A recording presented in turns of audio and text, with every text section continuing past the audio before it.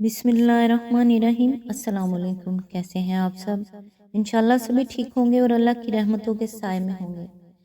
वही तो मेरा अल्लाह है जिसे मैंने हालत मर्ज में पुकारा तो शिफा दी, भूख में पुकारा तो गज़ा दी, प्यास में पुकारा तो पानी पिला दिया, जिल्लत में पुकारा तो इज्जत दी, जहालत में पुकारा तो नूर मुस्तफ़ा सल्लल्लाहु अलैहि व आलिहि वसल्लम दिया, राह में भटक गया तो रास्ता दिखा दिया, गुर्बत में पुकारा तो गनी कर दिया।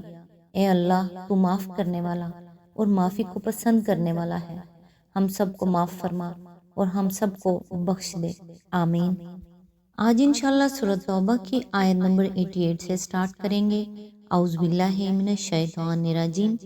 बेखलाफ उसके रसूलुल्लाह सल्लल्लाहु अलैहि वसल्लम ने और उन लोगों ने जो रसूलुल्लाह सल्लल्लाहु अलैहि वसल्लम के साथ ईमान लाए थे, अपनी जान और माल से जहाद किया, और अब सारी भलाइयाँ उन्हीं के लिए हैं और वही फलाह पाने वाले हैं।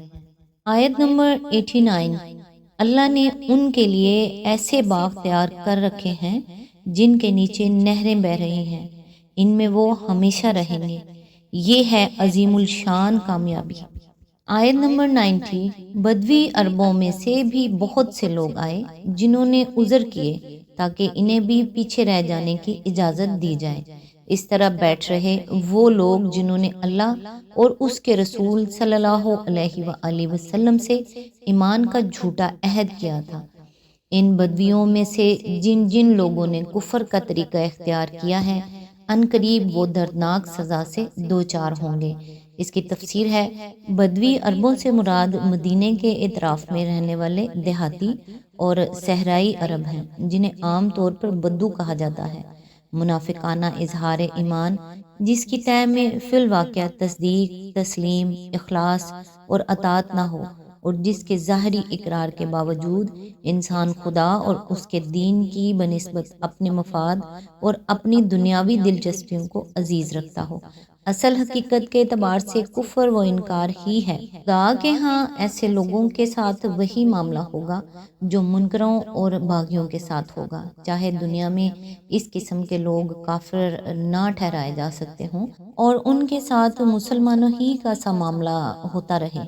इस दुनियावी ज़िंदगी में जिस कानून पर मुस्लिम सोसाइटी का निज़ाम कायम किया गया है और जिस ज़ाब्ते की बिना पर इस्लामी हुकूमत और उसके काजी अहकाम की तनकीद करते हैं, उसके लिहाज से तो मुनाफ़िकत पर कुफर या इश्तबाह कुफर का हुक्म सिर्फ उन्हीं सूरतों में लगाया जा सकता है जबकि इनकार और बगावत या गद्दारी व बेवफाई का इज़हार सरी तौर पर हो जाए।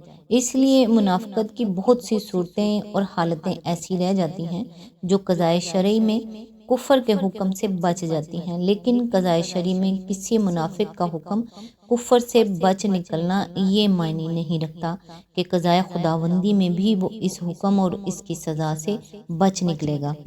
आयत नंबर 91। ज़ईफ़ और बीमार लोग और वो लोग जो शिरकत जहाद के लिए राह नहीं पाते, अगर पीछे रह जाएं तो कोई हर्ज नहीं, जबकि वो खुलूस दिल के साथ अल्लाह और उसके रसूल सल्लल्लाहु अलैहि वसल्लम के वफादार हों। ऐसे मोहसिनीन पर एतराज़ की कोई गुंजाइश नहीं है और अल्लाह दरगुजर करने वाला और रहम फरमाने वाला है। इसकी तफसीर है, इससे मालूम हुआ कि जो लोग बज़ाहिर माजूर हों उनके लिए भी मुजरद ज़ईफ़ी व बीमारी या महज नादारी काफ़ी वजह माफ़ी नहीं है, बल्कि उनकी ये मजबूरियाँ सिर्फ़ इस सूरत में उनके लिए वजह माफ़ी हो सकती हैं जबकि वो अल्लाह और उसके रसूल सल्लल्लाहु अलैहि वसल्लम के सच्चे वफ़ादार हों। वरना अगर वफ़ादारी मौजूद ना हो तो कोई शख्स सिर्फ इसलिए माफ़ नहीं किया जा सकता कि वो अदाए फ़र्ज के मौके पर बीमार या नादार था। खुदा सिर्फ ज़ाहिर को नहीं देखता है कि ऐसे लोग जो बीमारी का तिब्बी सदाकतनामा या बुढ़ापे और जिस्मानी नुक्स का उज़र पेश कर दें, उसके यहाँ यकसा मजूर करार दे दिए जाएं और उन पर से बाज पुरस साकित हो जाए। वो तो उनमें से एक एक शख्स के दिल का जायज़ा लेगा, उसके पूरे मख्फी व बज़ाहिर बर्ताव को देखेगा और ये जांचेगा کہ اس کی معذوری ایک وفادار بندے کی سی معذوری تھی یا ایک غدار اور باغی کی سی؟ ایک شخص ہے کہ جب اس نے فرض کی پکار سنی تو دل میں لاکھ لاکھ شکر ادا کیا کہ بڑے اچھے موقع پر میں بیمار ہو گیا، ورنہ یہ بلا کسی طرح ٹالے نہ ٹلتی اور خواہ مخواہ مصیبت بھگتنی پڑتی۔ دوسرے شخص نے یہی پکار سنی تو تلملا اٹھا کہ ہائے، کیسے موقع پر اس کمبخت بیماری نے آن دبوچا جو وقت میدان میں نکل کر خدمت انجام دینے کا تھا، وہ کس بری طرح یہاں بستر پر ضائع ہو رہا ہے۔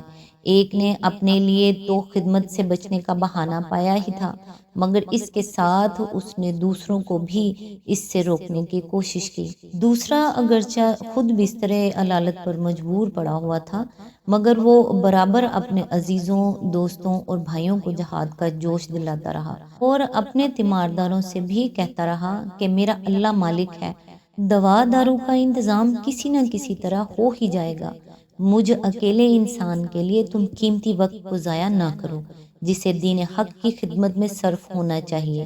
ایک نے بیماری کے عذر سے بیٹھ کر سارا زمانہ جنگ بددلی پھیلانے، بری خبریں اڑانے، جنگی مساعی کو خراب کرنے اور مجاہدین کے پیچھے ان کے گھر بگاڑنے میں صرف کیا۔ دوسرے نے یہ دیکھ کر کہ میدان میں جانے کے شرف سے وہ محروم رہ گیا ہے، اپنی حد تک پوری کوشش کی کہ گھر کے محاذ ہوم فرنٹ کو مضبوط رکھنے میں جو زیادہ سے زیادہ خدمت اس سے بن آئے اسے انجام دے۔ ظاہر کے اعتبار سے تو یہ دونوں ہی معذور ہیں، مگر خدا کی نگاہ میں یہ دو مختلف قسم کے معذور کسی طرح یکساں نہیں ہو سکتے۔ خدا کے ہاں معافی اگر ہے تو صرف دوسرے شخص کے لیے، رہا پہلا شخص تو وہ اپنی معذوری کے باوجود غداری اور نا وفاداری کا مجرم ہے۔ آیت نمبر 92۔ اسی طرح ان لوگوں پر بھی کوئی اعتراض کا موقع نہیں ہے جنہوں نے خود آ کر تم سے درخواست کی تھی کہ ہمارے لیے سواریاں بہم پہنچائی جائیں، اور جب تم نے کہا کہ میں تمہارے لیے سواریوں کا انتظام نہیں کر سکتا تو وہ مجبوراً واپس آ گئے، اور حال یہ تھا کہ ان کی آنکھوں سے آنسو جاری تھے اور انہیں اس بات کا بڑا رنج تھا کہ وہ اپنے خرچ پر شریک جہاد ہونے کی مقدرت نہیں رکھتے۔ اس کی تفسیر ہے، ایسے لوگ جو خدمت دین کے لیے بےتاب ہوں اور کسی حقیقی مجبوری کے سبب سے یا ذرائع نہ پانے کی وجہ سے عملاً خدمت نہ کر سکیں تو ان کے دل کو اتنا سخت صدمہ ہو جتنا کسی دنیا پرست کو روزگار چھوٹ جانے یا کسی بڑے نفع کے موقع سے محروم رہ جانے کا ہوا کرتا ہے۔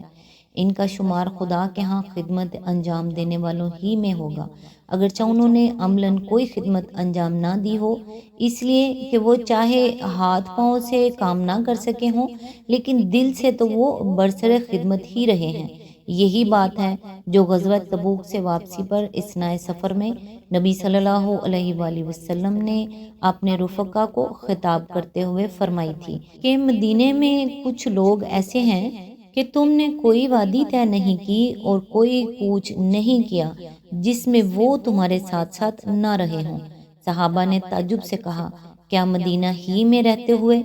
فرمایا، ہاں، مدینے ہی میں رہتے ہوئے، کیونکہ مجبوری نے انہیں روک لیا تھا، ورنہ وہ خود رکنے والے نہ تھے۔